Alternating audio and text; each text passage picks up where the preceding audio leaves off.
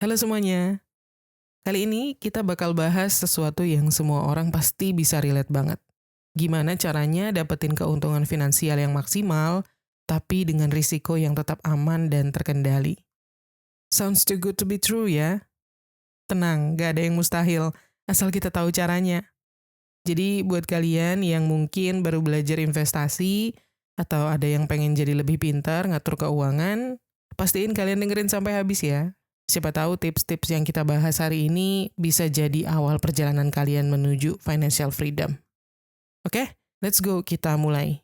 Tips yang pertama itu adalah diversifikasi investasi. Jadi pertama-tama buat kalian yang mau untung maksimal tapi tetap aman, kalian perlu diversifikasi investasi. Jadi gampangnya jangan cuma taruh semua uang kalian di satu tempat aja. Coba bayangin kalian lagi jalan di jembatan gantung gitu, terus kalian cuma bergantung sama satu tali.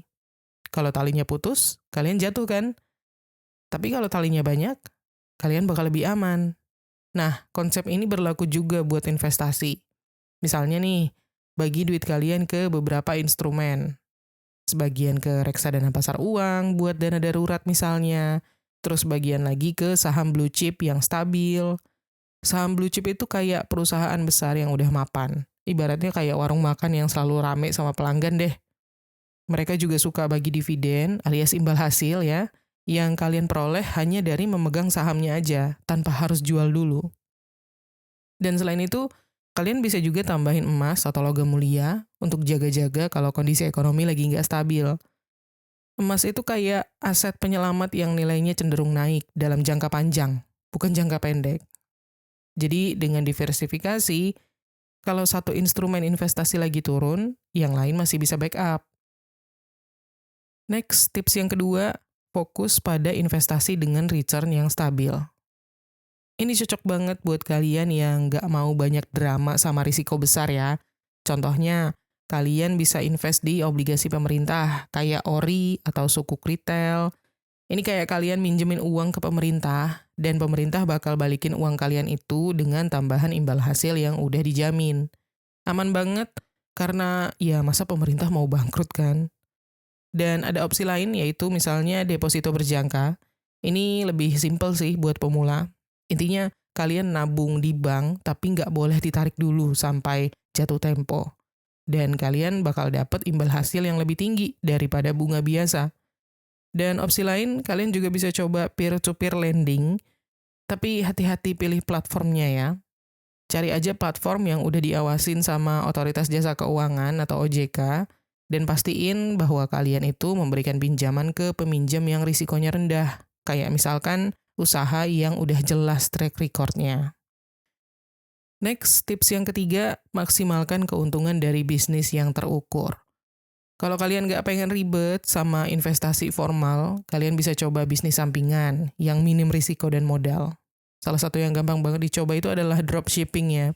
Mungkin udah banyak yang familiar, tapi intinya dropshipping itu adalah kita jual barang dari supplier tanpa harus ngestok dulu.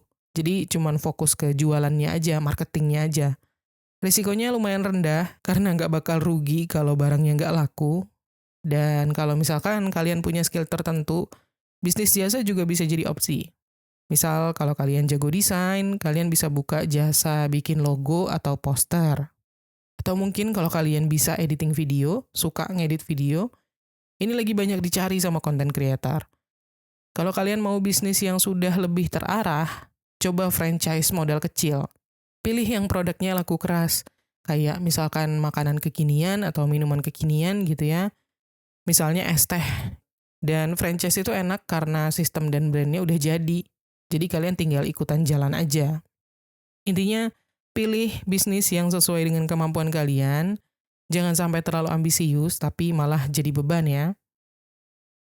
Next, tips yang keempat, terapkan prinsip value investing. Kalau kalian pengen untung maksimal, tapi tetap aman, kalian harus paham nih, prinsip value investing. Ini tuh strategi di mana kalian beli saham atau aset yang nilainya lagi di bawah harga wajarnya, tapi punya potensi besar untuk naik di masa depan. Nah, cara-carinya gimana? Kalian harus pelajari dulu yang namanya analisis fundamental. Simpelnya, lihat performa keuangan perusahaan itu, kayak pendapatan, utang, sama potensi bisnisnya. Misal, ada perusahaan di sektor consumer goods yang produknya kita pakai sehari-hari, tapi harga sahamnya lagi turun karena pasar lagi panik sesaat. Kalau kalian paham fundamental perusahaan ini bagus, ini kesempatan emas buat beli sahamnya. Dan nggak cuma sahamnya, kalian juga bisa terapkan prinsip value investing ini di properti. Misalnya, kalian beli tanah atau rumah di lokasi yang lagi berkembang, kayak daerah pinggiran kota yang mulai banyak dibangun infrastruktur baru gitu. Nah, ketika jalan tol jadi atau pusat perbelanjaan dibangun, harga properti di daerah itu bisa naik signifikan. Jadi, daripada buru-buru beli properti di pusat kota yang udah pasti harganya tinggi, mending coba cari yang punya potensi tumbuh di masa depan. Next, tips yang kelima, manfaatkan compound interest. By the way, disclaimer dulu, ini khusus buat yang pakai prinsip non-halal ya, karena konsep compound interest ini adalah bunga majemuk. Jadi buat teman-teman yang muslim, kalian bisa skip aja tips yang satu ini. Tips kelima ini penting banget, terutama buat kalian yang baru mau mulai invest ya, yaitu manfaatkan yang namanya compound interest, atau gampangnya efek bunga majemuk. Jadi, ini adalah konsep di mana kalian bisa mendapatkan imbal hasil yang nggak cuman dari modal awal, tapi juga dari hasil investasi kalian sebelumnya. Ibaratnya uang kalian tuh beranak pinak terus gitu setiap tahun. Contohnya begini, misal kalian nabung atau investasi 10 juta dengan imbal hasil 10% per tahun, misalnya. Di tahun pertama kalian dapat 1 juta kan? Lalu di tahun kedua, imbal hasil kalian itu dihitung dari 11 juta. Total 10 juta tambah 1 juta di tahun pertama tadi. Jadi bertambah terus setiap tahunnya. Makin lama kalian biarin uang kalian itu tumbuh, hasilnya makin besar. Makanya nih penting banget untuk mulai sedini mungkin dari muda, karena waktu adalah teman terbaik untuk memanfaatkan efek compound interest ini. Bayangin nih kalian mulai investasi di umur 20, hasilnya bakal jauh lebih gede dibanding kalau kalian baru mulai di umur 30, meskipun modalnya sama. Jadi semakin cepat kalian mulai, maka makin besar juga cuan yang bisa kalian dapatkan. Next, tips yang keenam, mulai dari dana pensiun atau tabungan jangka panjang. Ini mungkin sering di-skip sama yang masih muda, yaitu mulai memikirkan dana pensiun atau tabungan jangka panjang dari sekarang. Mungkin banyak dari kita yang mikirnya, pensiun kan masih lama banget, gak usah buru-buru lah mikirinnya. Tapi justru itu guys, kalau kalian mulai dari sekarang, kalian bisa menabung pelan-pelan dengan hasil yang jauh lebih maksimal. Kenapa ini penting? Karena ya, kalian gak bakal mau dong terus-terusan kerja sampai tua hanya untuk bertahan hidup. Dana pensiun itu ibarat pelindung finansial kalian nanti. Dan salah satu cara gampangnya adalah dengan menggunakan tabungan berjangka. Ini biasanya ditawarkan sama pihak bank, di mana kalian bisa nabung rutin setiap bulan, dan kalian bakal dapat imbal hasil yang lebih tinggi dibanding tabungan biasa. Plus, uang itu nggak bakal bisa kalian ambil sebelum jatuh tempo. Jadi, otomatis lebih aman dari godaan untuk dipakai duluan ya. Selain itu, kalau kalian punya penghasilan lebih, bisa juga kalian masukin sebagian ke instrumen kayak reksadana atau saham jangka panjang. Pilih yang risikonya rendah sampai sedang, sesuai dengan kebutuhan kalian. Intinya, kalau kalian mulai dari sekarang, nggak ditunda-tunda, kalian bakal lebih tenang deh di masa depan. Next, tips yang ketujuh, edukasi finansial untuk mengurangi risiko. Jadi, tips yang satu ini penting banget buat kalian yang pengen cuan maksimal, tapi tetap main aman ya. Karena semakin banyak kalian tahu soal dunia keuangan, maka makin sedikit kemungkinan kalian buat bikin keputusan yang salah. Ibaratnya tuh, kalau kalian nggak ngerti jalan, risiko nyasar kan lebih gede. Sama kayak ngatur uang. Nah, mulai dari mana nih? Ada banyak banget sumber belajar yang bisa kalian akses. Misalnya kalau kalian suka baca, coba baca buku kayak The Psychology of Money yang ditulis sama Morgan Housel, atau baca buku Rich Dad Poor Dad karyanya Robert Kiyosaki. Tapi kalau kalian lebih suka konten visual, di YouTube juga banyak channel yang bagus yang membahas soal keuangan pakai bahasa yang ringan dan relatable. Atau kalau kalian suka dengerin podcast, bisa dengerin podcastnya FinTalk dari Finansialku. Dan masih banyak podcast lainnya ya. Tinggal Google aja banyak banget rekomendasi podcast soal keuangan. Pokoknya dengan banyak belajar, kalian bakal lebih paham deh sama konsep-konsep dasar kayak investasi, cash flow, cara mengelola risiko. Misalnya, kalian jadi tahu kenapa nggak boleh asal taruh uang di skema yang mungkin terlalu bagus untuk jadi nyata, ataupun kalian bisa jadi lebih pede buat mulai investasi, karena udah paham sama instrumen yang cocok untuk profil risiko kalian. Next, tips yang ke-8, hindari utang konsumtif. Utang konsumtif ini simpelnya adalah utang yang kalian ambil untuk barang atau hal apapun yang nggak memberikan nilai tambah buat kalian. Kayak misalkan beli handphone baru cuman buat gaya-gayaan, bukan buat kerja ataupun hal produktif lainnya. Atau minjem duit buat liburan yang mewah, padahal ada opsi yang lebih murah. Masalahnya adalah barang-barang ini atau hal-hal ini nilainya turun, sementara utangnya tetap jalan dan bunganya makin numpuk. Kalian jadi kerja keras hanya untuk membayar sesuatu yang sebenarnya nggak bikin hidup kalian lebih baik. Beda cerita kalau utangnya produktif. Misalnya, kalian ngutang buat ikut pelatihan yang meningkatkan skill, kayak kursus desain grafis, atau coding, atau digital marketing, contoh ya. Nah, skill ini nantinya bisa kalian pakai untuk dapetin penghasilan tambahan. Atau kalau kalian beli gadget yang mendukung produktivitas kalian, untuk kerjaan, untuk side hustle, dan segala macam, intinya menambah pemasukan kalian. Atau kalau kalian ambil pinjaman untuk buka bisnis kecil-kecilan gitu, kayak jualan online atau franchise murah misalnya. Jadi, utang itu nggak selamanya buruk, asal kita tahu tujuan dan manfaatnya apa. Tapi kalau utang cuma buat beli gaya, aduh jangan deh, hindari dulu. Karena nanti yang gaya cuma barangnya, sedangkan dompet kalian makin cekak. Next, tips yang ke-9, maksimalkan pendapatan pasif.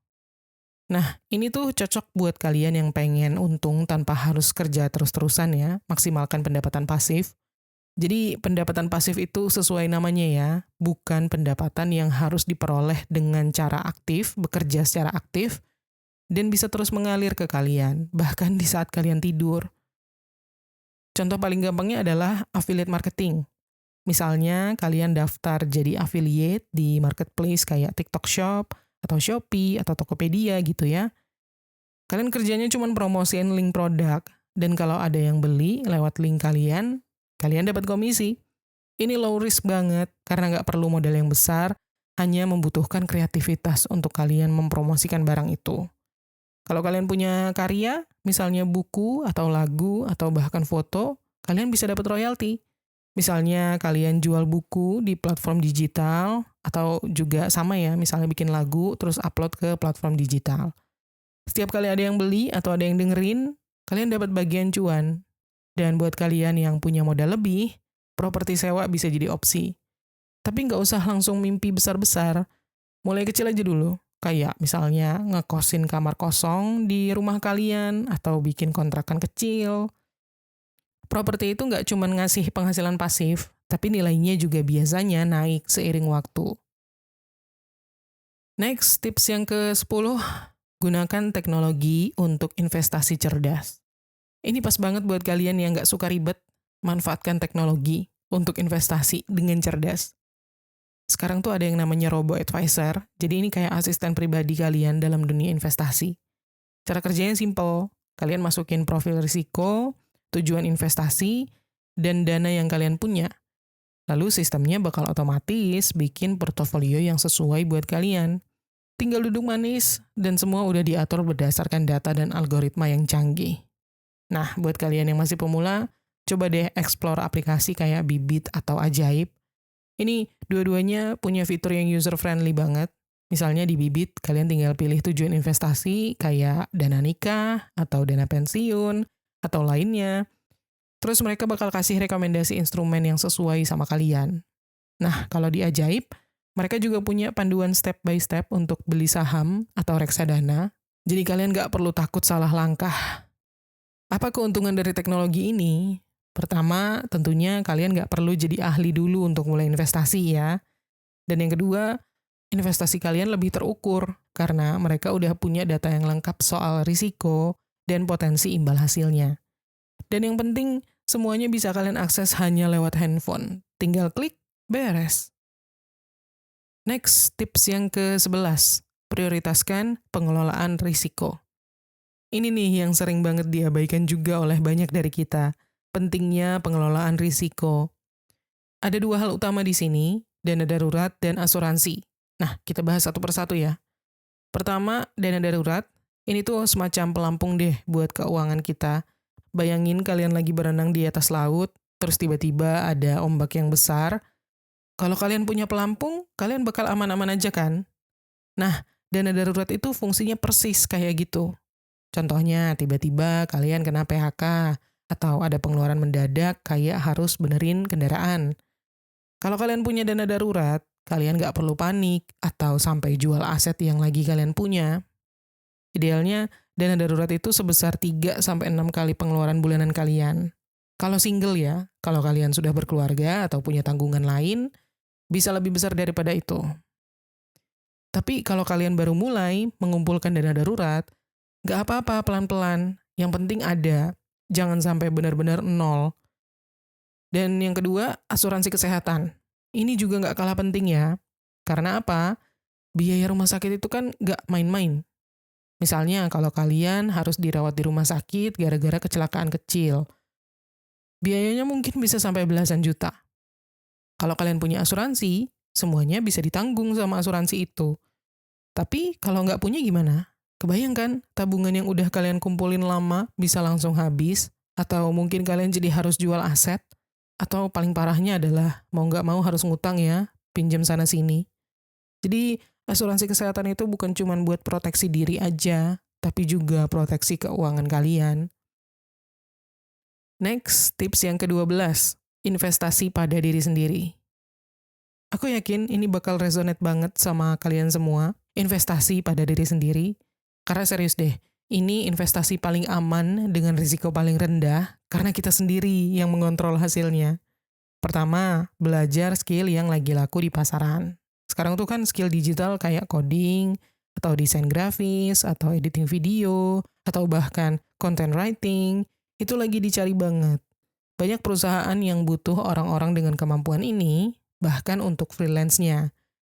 Nah, kalian bisa mulai belajar dari platform gratis, kayak YouTube, atau kalau mau yang lebih terstruktur, coba platform belajar online kayak Coursera. Dan kedua, sertifikasi. Gini, di dunia kerja sekarang, skill aja tuh kadang nggak cukup. Kalian perlu bukti konkret kalau kalian memang ahli di bidang itu. Kayak misalnya, kalian bisa ambil sertifikasi Google untuk digital marketing, atau Adobe untuk desain grafis ya. Sertifikat ini bakal bikin kalian kelihatan lebih profesional dan jadi nilai jual tambahan juga ketika kalian mencari kerja ataupun proyek. Investasi diri ini nggak hanya bikin kalian lebih kompeten di bidang yang kalian kuasai, tapi juga meningkatkan penghasilan kalian di masa depan. Nah, kalau kalian punya skill yang tepat dan bisa menjual skill itu, imbal hasilnya bakal jauh lebih besar dibanding cuma naruh uang di instrumen investasi biasa. Jadi, jangan ragu, nggak usah pusing, nggak usah overthinking untuk terus belajar dan upgrade diri kalian. Oke? Next, tips yang ke-13, gunakan strategi dollar cost averaging. Ini pas banget buat kalian yang suka maju mundur overthinking tiap kali mau investasi, yaitu pakai strategi dollar cost averaging atau disingkat DCA. Jadi DCA ini intinya adalah kalian investasi secara rutin dengan jumlah yang sama. Misalnya setiap bulan atau setiap minggu, tapi tanpa peduli harga pasarnya lagi naik atau lagi turun. Kenapa DCA ini menarik? Karena dengan strategi ini, kalian nggak perlu mikir keras soal timing pasar. Banyak orang yang takut masuk investasi gara-gara nggak paham kapan waktu yang tepat untuk beli. Tapi dengan DCA ini, kalian tinggal konsisten aja investasi. Dan secara otomatis, kalian bakal dapat rata-rata harga yang lebih stabil. Contohnya gini deh, kalau bulan ini harga saham atau reksadana lagi tinggi, kalian cuma dapat unit sedikit. Sementara kalau bulan depan harganya turun, kalian bisa beli lebih banyak unit dengan nominal yang sama. Jadi risiko kalian tersebar, nggak numpuk di satu waktu tertentu. Strategi ini cocok banget buat pemula yang nggak mau pusing lihat naik turunnya harga. Dan kalian tinggal tentuin aja berapa nominal yang kalian mampu. Katakanlah misalnya 500.000 per bulan. Dalam jangka panjang, strategi ini bisa bantu kalian mencapai tujuan keuangan dengan risiko yang lebih terkendali. Dan yang paling penting adalah kalian nggak perlu takut ketinggalan momen investasi karena udah punya rutinitas yang jelas.